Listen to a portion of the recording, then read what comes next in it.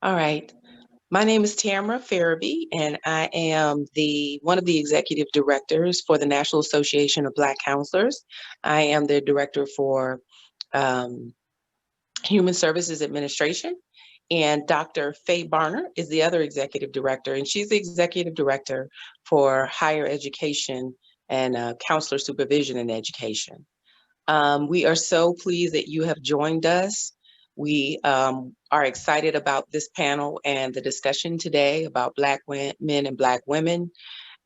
We have an esteemed panel that has joined us, a very, very educated people who are joining us that are going to give us their nuggets of wisdom. They are jewels in our Black community, and we value them very much.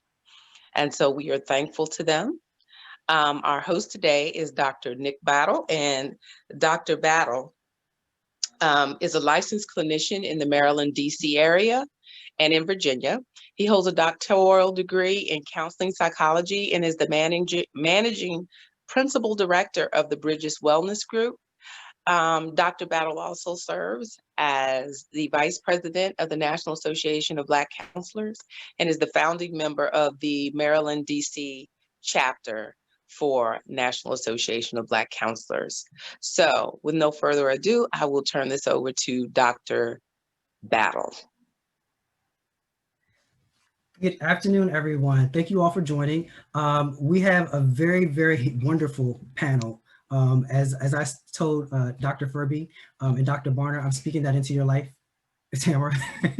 I don't get no mess when I get together a panel. So we have Dr. Latanya Lafitte, who is my partner in the Bridges Wellness Group, Dr. Atasha Christian, who is, I met this woman and I was like, wow, like she's smart, she's Black, she's all of that, right?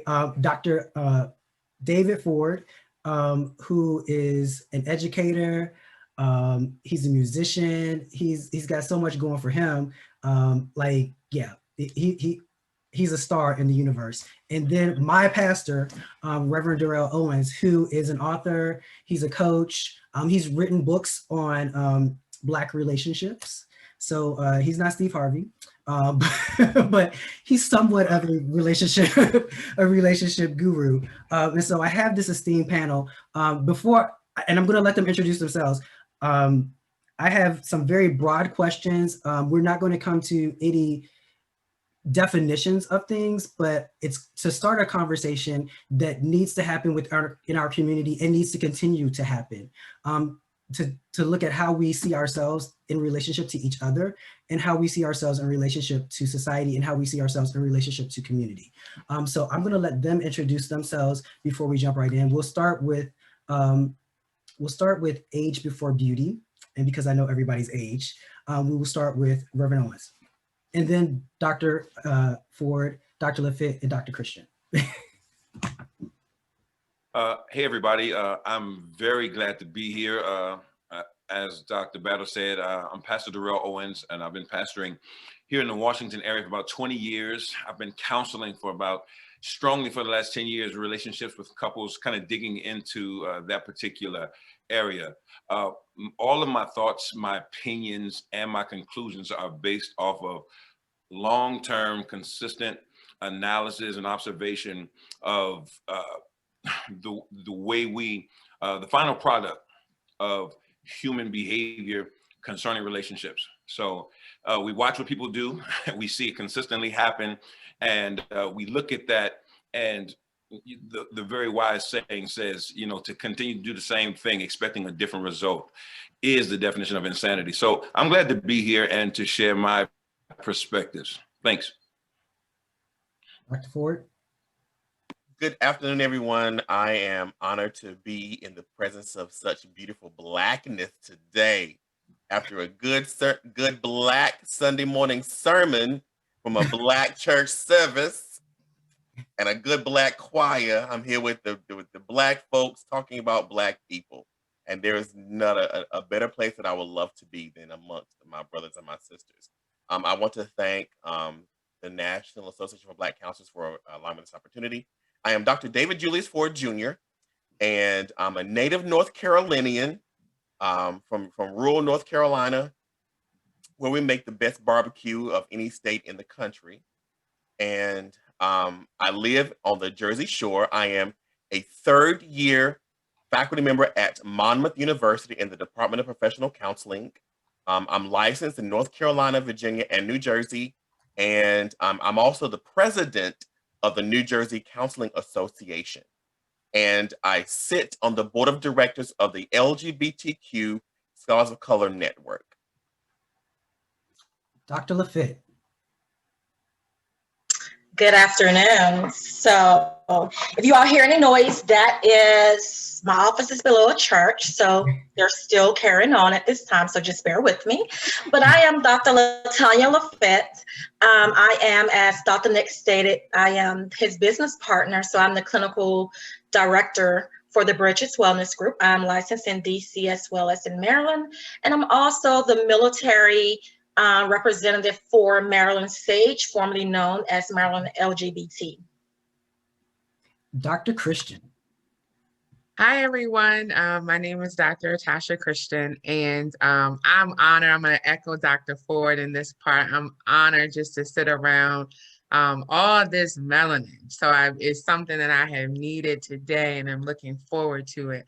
I am down here in the Commonwealth of Virginia. I'm currently Director of Operations for a community mental health agency here, an adjunct faculty as well at USC. And so I am a consultant as well. So I do a whole lot because I got a lot of student loans. And we're just going to claim that somebody's going to cancel something for me on today. And so that is who I am. Very active just in our profession, our association. I am a counselor educator at heart. I'm a counselor here in Virginia and in North Carolina as well, and then looking to expand into some other states as we continue to do telehealth. And so that's who I am. My personal and my academic and my professional research is mainly about trauma in the Black community and how we have passed that down from generation to generation. And so how do we facilitate healing in the same space that we've been hurt? So that's who I am. Ooh, see, I told y'all, no mess. So we're going to jump right into it. Again, my questions are very broad, and it's to spark conversation. We really, in counseling, in therapy, the whole purpose of what we do is to get you to think about things differently and to learn different ways of dealing with situations. And so these questions are broad enough, and the answers from this dynamic panel are so different that they're going to cause you to think about things differently and hopefully continue these conversations in your own social groups, right? Because we want to strengthen and improve our community. So enough about that. That's my soapbox. The first thing that I said that we were going to talk about is, what does it mean to be a Black man or a Black woman? And whoever wants to start off can go. I see you, Dr. Christian. Listen, okay, so I'm gonna say this really quickly too. I said this, I remember 3 years ago in my dissertation defense, and I said I would explain being a Black woman in America as a beautiful burden, right? And so it's a burden at times because you have to explain so much about who we are and what we do and how we move. And we really do have to work twice as hard for equity. We do. That's not a cliche, but it's beautiful because I don't want to be anything else. Right?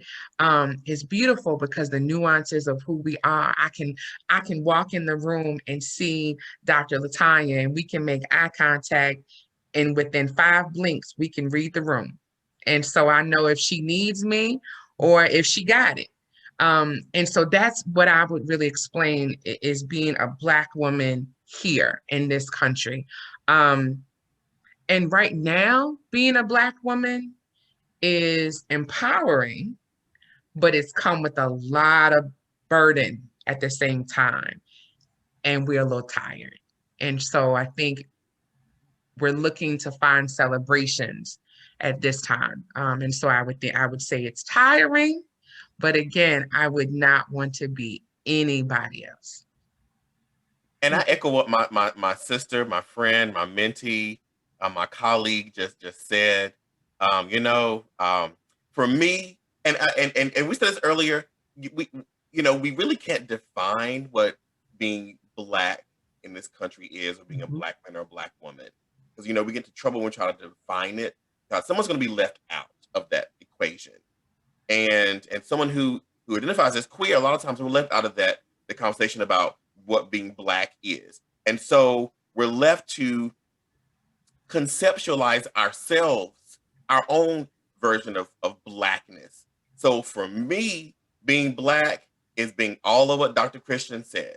That strength, the rhythm, the smell of being Black, the beauty of being Black, getting my Black products like I want, being around Black people, the fact that I love Black men, and see myself being with a Black man, the fact that I was born from a Black woman and raised by a Black woman and raised by a Black man, But for me, and I said this before, being Black in this country is, James Baldwin said it so eloquently, to be Black and conscious in this country is to be in a constant state of rage, And I'm always ready to flip if my Black brothers and sisters need me.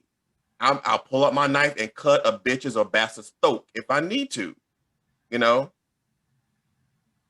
Unless your name is Candace Owens and Paris Denard.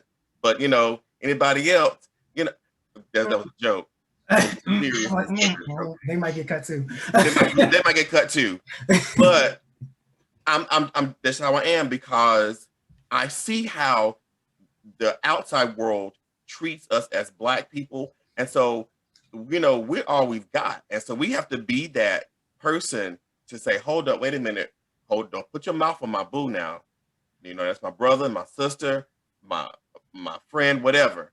So, that's for me, that's what Blackness is. Getting back to that community and social responsibility of who we are. So for me, being Black means everything. I mean, it's how I journey through this life. It's how I think, how I hear, how I speak, see things, feel. It indicates everything for me. Not just, my Blackness as an individual, but my ancestor Blackness, their struggles, and how all of that has been not only a part of their journey, but it's also been a part of my journey, because they've molded me.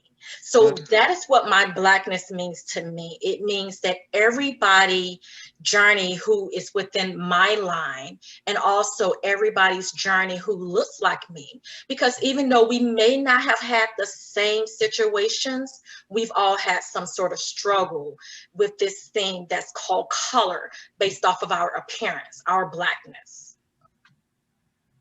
You have anything you want to add, Reverend Owens? Yeah, I would just, I'm glad I was able to listen to everybody else speak first, because it allowed some things to stir in my mind. When I think about Blackness, really when I think a little below the surface, because we have to be in a constant mode of uplifting and celebrating our Blackness and raising the value of it. That's important. But underneath the surface, when I think about what it has meant for me, at a very young age, I used to be upset with my father because of some of the decisions he would make. He was a bishop, and some of the things he would do, and the family wasn't always happy with his movements and so forth and so on. But very young age, for some reason, I just understood intuitively that he was how he was for a reason. That he did not just decide to be how he is. He has had to survive whatever he went through. I had never walked in his shoes. Very young, I understood that. And that really helped me to just think deeper about, how I judge others. It's easy to look at a current situation and not understand what brought that person to where they are. So for me, being Black is really a constant management. Dr. Ford called it rage, a state of rage, but it's a constant management of the co-motion of all of the charisma that comes with us and the fear that we live with constantly, right? Yes. It's like you're managing these two motions constantly. you have this charisma, you have the creativity, you have the ideas, you have this rhythm, you have this flow, but yet there's this fear and there's this interpretation about whether it's ever going to be accepted, because you have no blueprint to say Black has ever really been accepted and, you know, and loved. So managing that commotion of charisma and fear, because that charisma, like I said, is not just basketball and music, but it's so many things that you can just look on TikTok, you know, and you look at what people do with our culture. You know, so many different cultures, you know, use our culture, you know, appropriate our culture, and they use it. And, you know, so we got it. You know, we have an unending well of it, but at the same time, so is our fear of just existing. So. Okay, so what I hear you all saying, which is y'all have changed my order of questions, and that's why I mess with y'all, is that Blackness, regardless of whether you're a man or a woman, is about community. It's about that connectedness that we all have as Black people. I'm not gonna say people of color. I was in a presentation that Dr. Christian did 2 years ago now, Wakanda, and she was very, very, very, very deliberate in using Black. And the way in which she said that and the reasons behind that, it resonated with me. And so whenever I talk about us, I say Black, right? But that brings me to this question. Then if we do have this community, right, that we're all a part of, then what are our obligations to each other? What are our obligations as Black men to Black women? And what are Black women's obligations to Black men? And are we fulfilling those? Or do you, so I'm opening it up. Woo. So yes, I got y'all. You did. It's kind of, that's the question you do once we done talked about the process. No, I'm just joking. You know, I think that as a Black woman, I have always been very aware of my responsibility to and for, I would say, to Black men. I think as an adult woman now, I am becoming more aware of my responsibility for Black men. And what I mean that is that doesn't absolve Black men of responsibility and accountability, but there are times in life that I have to say to the Black men in my life, I love you too much to let you think that this is the right way to handle this, right? I have to say that. When in times in life, I've not said that. I've just kind of taken the approach of, well, you're just gonna do what you wanna do, and if it works out for you, fine. If it doesn't, fine too. That's not the way. I've learned that has come with too much cost, right? Because it doesn't do us any good for me to be able to give you another lens and sit on the lens, and then we talk about the lens after whatever tragedy has happened. It doesn't benefit that. And so I have learned that I've had to have some responsibility for making sure my Black brothers understand the accountability component. And this is not about gender roles in one part, but on another part it is. And understanding and communicating to Black men, there is an integrity and a valor of the community that only Black men can give. I don't care how strong I am and all that good stuff. There is a valor of the Black man that when that Black man who is walking in that walks in the room, I don't care if he only has $5 in his pocket. He is respected as that Black man that comes in the room. And it is my responsibility as a Black woman to show my lens to that Black man, right? To say, and it's not about assuming responsibility for him for his actions, but to say to him, this is what I see when I see you, right? Because I don't think a lot of times we say that. I think we can highlight what the challenges are, but it is important. And this is not about romantic. This is any Black man that's in my life. I need to be able to say to him, this is who I see when you walk in the room. And I may see power that you don't see in yourself. And so it's my responsibility to you and my responsibility for you, because I do have a maternal side, whether you're my child or not, to say it's important that I at least try to speak that into you. And you'll receive it when you can, but I'm going to be able to say that I gave it to you. Right. So sometimes it involves educating my Black brothers to say, so you know what? This is a trauma response for you, and it's fight, flight, or freeze, and you fight every time. And I get that, but what has it cost you? And so maybe I can show you another way than fight, because the fight one landed you here. So maybe we shouldn't try that fight one anymore. That's kind of what I would say is my role as a Black woman communicating to the Black man. I think real quick and say, I think for me as a Black man, I feel my responsibility is to protect Black women, and whether that's physically or emotionally or spiritually, is to protect them. Now, that does not mean, as Dr. Christian noted, that you absolve individuals of their personal responsibility to be fair, to be right, to admit when they're wrong, but to at least speak up. Let my voice be heard. Let sisters know that you're not by yourself. You're not ever by yourself. And I think the Black woman's responsibility to the Black man is, and please, let's take this what I'm gonna say in some context, is to build the Black man, because I think Black men just in general have been, of course, the most assaulted. Some will say that's Black women, but Black men have been targeted. And so that building is not personally you taking on the financial responsibility for a Black man, but it is to look for ways to intentionally and systematically encourage, uplift, strengthen, impart to, pour into a Black man, and in a general way that gives him the opportunity to get up and get strong and get to where he's trying to get to. So it's kind of protecting from the Black man side and building from the Black woman side. But I just think it's also important to remember that we are all on a spectrum. So you have to kind of know, I think, you have to be able to look at people and kind of discern where they are on that spectrum, because that building and that protecting can be more or less. So, okay, I'm going. Go ahead. Thank you. So for me, it is, and really listening to Dr. Christensen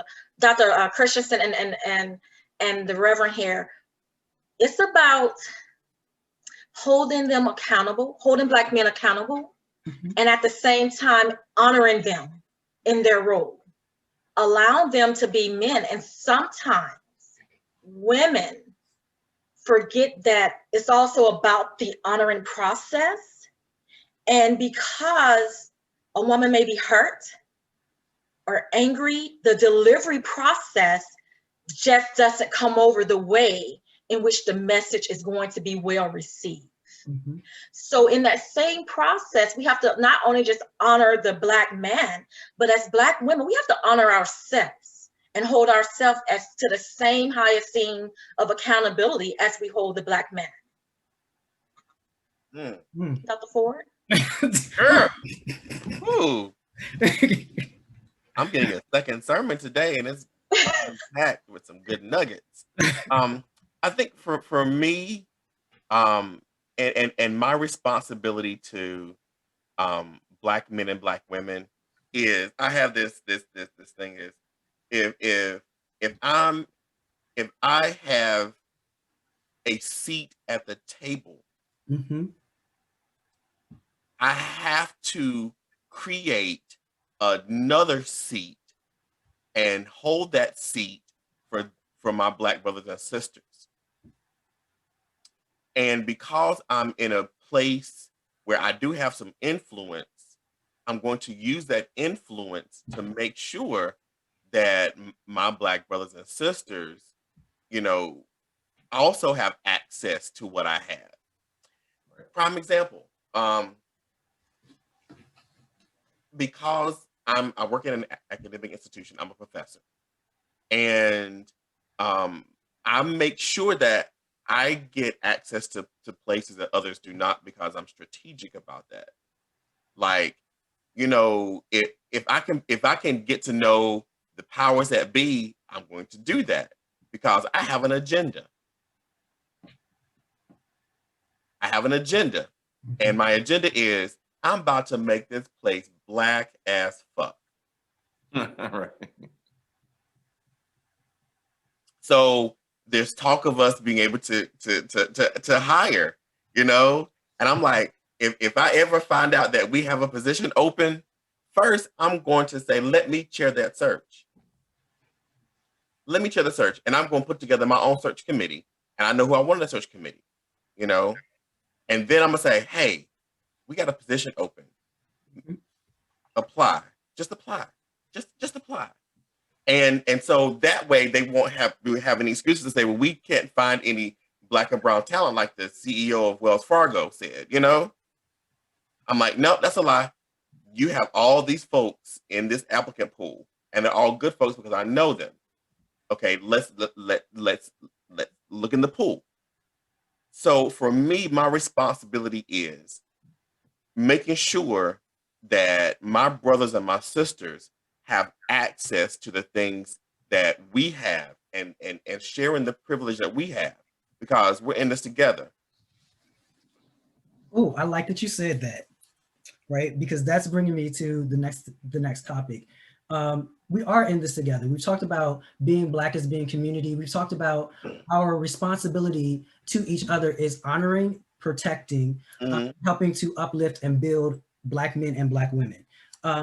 However, there seems to be a divide. Like it seems to be Black men versus Black women. Everywhere you look, Black men are talking about how Black women ain't shit and they bitches and they hoes. And then Black women are talking about how Black men ain't shit. They don't pay their child support. They don't take care of their babies and all of these things. So there is this conflict, this constant battle between Black men and Black women. And if our responsibility to each other is to protect and upbuild and honor and guide, then where is that happening? How do we have this disconnect? First of all, we can't buy into the media's narrative of what's happening between Black men and Black women because it's a false narrative. They take one or two cases and highlight those to make us look like we're divided or that we are worse than we are. And I do think, with the exception of some instances, that we really do support each other, that we do have each other's backs. You know, I just don't want us to buy into those false narratives about the division in the Black community, you know. And then if there is division, we can't not talk about why there is division and how the oppressive systems have created this division. Because if we don't, if we do come together, Lord have mercy, there will be a day of reckoning. Right. And it's coming because, you know, I've seen more and more of us like come together and be united. And it's brewing. And I just want to be on the front line, carrying my torch, ready. It's not a tiki torch. Nope. I think you're right, Dr. Ford, in that there are far less of us who are divided than people would like to think. The narrative that is often spun is the one that presents us as the most uneducated, because that's the narrative that makes sense for people who would like to oppress us. You know, and so I think that what I think is happening is that we're learning about our generational trauma. And I'm always talk about that. We're literally learning that now. And so because we're learning it, we're now recognizing what those symptoms look like. And we're recognizing themes that are used to keep us divided, right? And I share this, Black family really does go back to slavery, right? So there were, Black men who were slaves who had to watch slaveholders, slave masters raping and assaulting their wives, their mothers, their sisters, their daughters. And so at the end of that, the Black man felt emasculated. The Black woman wanted to be held. Neither of them can operate in their trauma, neither. And so that if you look at that, We then moved into the civil rights. And so then we had Black men who were being drafted at higher rates to go to war. And then we had single woman-led households really designed by war. And then Black men came back and still were not recognized as full citizens, and then came back with a lot of anger and a lot of addiction and a lot of untreated trauma. And so then we now get to current times, and I want you as the Black woman, I need you as the Black man to hear me and to support me. But because I'm a part of a demographic that is becoming educated at a higher rate, perhaps I make more money. And I'm trying to tell you, I don't necessarily want to lead in this interaction, but society has said that I'm gonna always demand that I lead, and I don't. And so when we literally go back, and it's not that long ago, when we go back to how Black people got to this country, we got here in trauma. And so because we have literally never talked about that trauma until now, the powers that white people have really been, white people have really been able to create a narrative that would have people believe that we are far more divided than we are.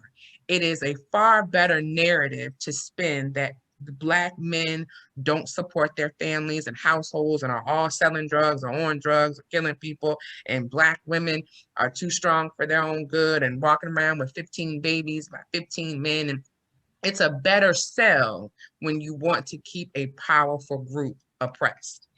And because we've never dealt with that trauma, we have allowed people to write our story. Yes. We are just beginning to rewrite our story because we're taking the pen from white people. I wanted to take that pen. I wanted to add to that real quick. First, let me say that I think the narrative is a false narrative. One, Black women have proven that they are absolutely brilliant. I'm gonna say that just straight out. Black women are brilliant. But also I wanna really speak up for the Black man, and that is, in my observations, I really don't believe that even our Black women understand how transformed the Black man or evolved the Black man is today. And it's either two things. Either we don't understand how evolved the Black man is. The black men today take pride in taking care of their children today. That may have been a narrative out of the 60s, 70s, or you know, maybe the early 80s, you know, but from that point up until now, this is 30 years now later, Black men take great pride in their children. Now, it's a spectrum of how good we are at taking care of them, you know, earning, or whether that is, you know, having good principles to pass on to them and things like that, and what we leave for them when we're gone. That's on the spectrum. But for the most part, the intent and the motivation is there. Black men have been doing that, are happy to do it, are proud about it, celebrate their children. I've gone to school with my daughter and watched fathers everywhere, and the narrative is Black men don't show up, but it's Black men everywhere there with their kids. And so I think it is definitely a false narrative. I feel like the reason why we still in 2020 actually think that, you know, Black men don't do this, just go to jail and lay on the couch. That narrative is a lazy, you know, narrative that people access as easy as white people access their racism, our white allies. You know, it's like, you know, I have white friends, and but I always remember that they can access their racism anytime they want to. Like, they're my friend, but if they wanted to turn, they just could whenever they wanted to, and it would be, that division would appear. And so same things, I think we access this lazy narrative, and I think we should do better. You know, it's 2020, it's about time we said that Black men and Black women, we've come a really, really long way. We just are broken, and that's changed us, that's real, but we are not what we were, you know, in the 80s. Did you have something you wanted to say, Dr. Lafitte? Sure. So realizing that that Black people are not a failure to society, but society really has failed us, right? Ooh. So That's my partner. Just yes. So to bond us in slavery and taking away our control, so it comes out as I'm fighting for control, but really you're fighting for survival, for survival. And that's what it's not acknowledged that this group is oppressed. Yes. They're trying to survive. And I think someone mentioned earlier is that we're not really given the tools to really engage our people on a mass level that needs to be engaged in. If we look back in the 1970s, when they decided to say, hey, let's help the Black people, they gave all the money to white charities who didn't know what our needs were. And that has continued down the line to paint that picture for us. So it's all about us taking back our own narrative, taking back our control so that we are able to survive and change the narrative for our generation that's coming behind us. And can I add one more thing real quick, Dr. Battle? I wanted to say, like, Dr. LaTanya, I can't pronounce the last name. I won't mess her last name up. But she said something that triggered something for me, and that is this, okay?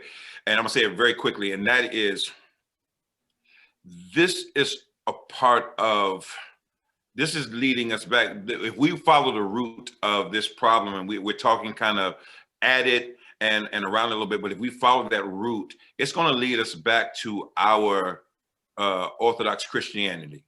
You know you're taking my question, but okay.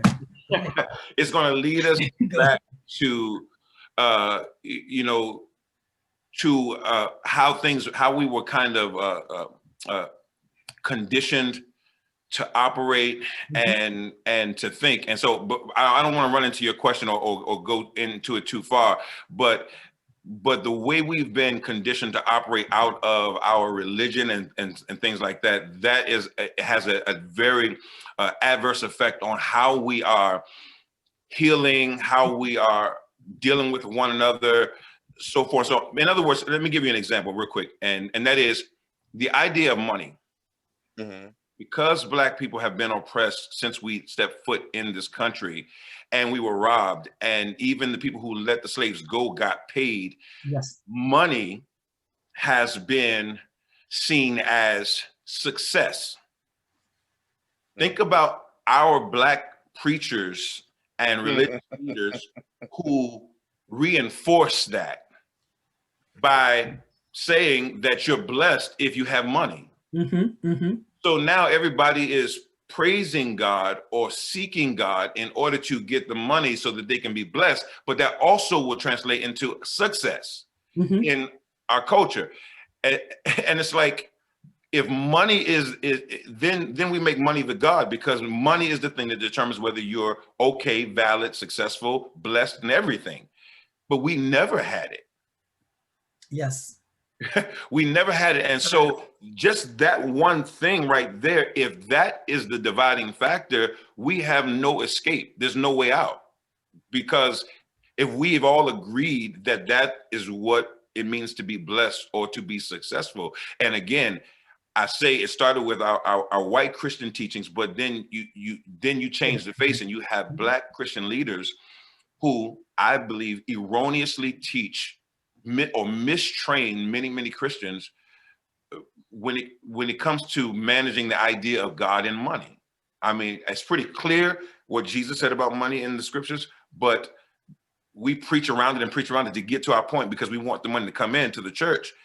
And that has always been the reason why it's okay to let everybody get away with murder. But at this point, I think we're seeing the long-term cost of that, letting that misinformation sit out there and people be misconceived, have a misconceived notion about money and God and value and success. We're seeing what it's doing to us. It's no way out. Right. And so this is why I hate being a moderator sometimes. So you all have brought up some very, very good points, and I've seen stuff in the chat because, you know, I'm all over the place. So the money power respect. As soon as you said that, I thought of a Lil' Kim song. It's where my mind is on Sunday morning. But yes, so when you create jobs and you create one job for a group of people, then you create competition between the people that are in that group of people. So yes, you have that. And when our idea of success based off of the societal norms in this particular country, and let's be honest, the way that they've westernized and colonized the rest of the world, it's the way that the world perceives it now, is having money. Then yes, you create that friction between communities, right? And the people in those communities. And the other thing that someone pointed out in the chat was the elections. And I'm glad they said that about the elections, because we saw the overwhelming numbers from the polls that Black women were the ones that got Biden and Harris into office. And they're the ones that have increasingly, in even the state and local elections, elected people that would be more lenient. Because let's be honest, Republicans and Democrats, the same, it's two sides of the same coin. But they've elected the people that would at least use lube when they screw us versus the ones that are just gonna go right in, right? And so part of that, though, I think leads to the patriarchy in this country, and how Black men, because we're trying to be men based off of how it's defined by hegemony in this country. By whiteness. Well, okay, well, I was trying to be nice, but it says Dr. Ford, by whiteness in this country, right? We're trying to be that. And in trying to be that, we it's kind of sometimes to our detriment. And then looking at white feminism and Black women, because Black women were not a part of white feminism, right? No, we were left out of that Right. meeting. Right. So looking at that, because I have said, and I'm talking too much, I'm gonna let y'all talk, but I've said that Black women have carried our community, they've drug our community, Black women and gay men, but that's a whole other, gay men is a whole other topic, we're not gonna talk about it, have drug our community, and Black men, for a lot of the reasons that we have given, have kind of just been riding, right? Now, yes, Black men, heterosexual Black men, cis-het Black men are taking the lead and being more active now, but historically, they haven't taken those roles. And how do you feel like that has influenced and affected us? Well, I think Black women, I don't say it cynically, but I say it matter of factly. I think Black women in this election cycle and probably this past couple of years, we did what we always need to do, which is we're going to come in and show up. Because when we rank the totem pole of privilege and oppression, you know, Black women really do fall in a low part. You know, we know we have these positive attributes and how we're growing and moving and thriving, but we really do fall in that low part. So when we look at, you know, you talked about the white feminist movement, Black women were left out of that. When there was the women's suffrage march in 1913, Black women, you know, had to march in the back of the parade. Let's make no mistake about where we were, right? We weren't in the front, we were in the back. So that's how we were viewed from a feminist standpoint. And so the challenge then became when rights were being allocated, our gender prohibited us the same way that race did as well. So when rights were being allocated, Black women just got the scraps. We got the bottom of the barrel in that aspect. And then Black women get to present day.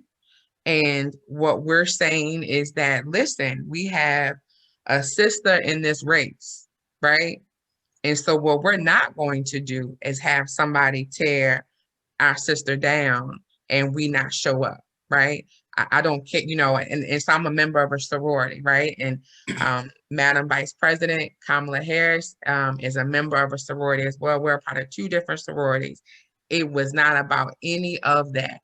There is a Black woman, and if she issues the call, we are on the way.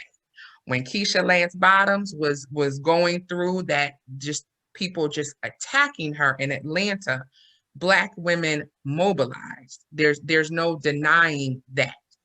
And where I think, honestly, as a Black woman, our frustration and our exasperation often comes in is that I can put on my cape and I can mobilize to wherever you need me to go. I can donate however much money you need me to give, I gave my $19.13 to the campaign probably 6 times, okay? I can do that. However, my cape gets dirty sometimes and my shoulders hurt sometimes. And so sometimes the demographic that is coming in to save the day needs someone to say, why don't you take a rest for a second? I got it. And we often don't have that. And so Black women continue to show up and mobilize and sway the election because, in full disclosure, we are not fully confident that the job will get done if we don't do it. We don't trust that just yet. And it costs us too much to test that hypothesis out. All right, so just this is not devil's advocate. I love what Dr. Christian just said, but I guess I want to, I'll pose it directly to you or to anybody on the panel or whatever, but part of that last statement you made about we just don't trust that it will be done or it will be well done yet. And is I don't know if that's it could be in general to everybody or it could be to Black men, but I feel like there is some percentage, and I guess my question is going to be, what percentage do you think it is? There's a percentage of that distrust I feel like is covered in distrust, but it might be the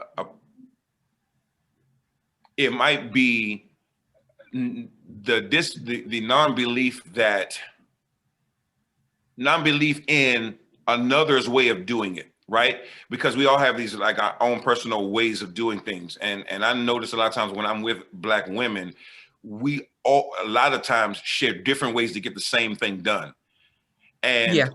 I personally check myself because I know it doesn't have to be my way. Mm-hmm. But I can feel sometimes the energy from those women that now they want to get it right. They're trying to help everybody. They're trying to lift all the boats.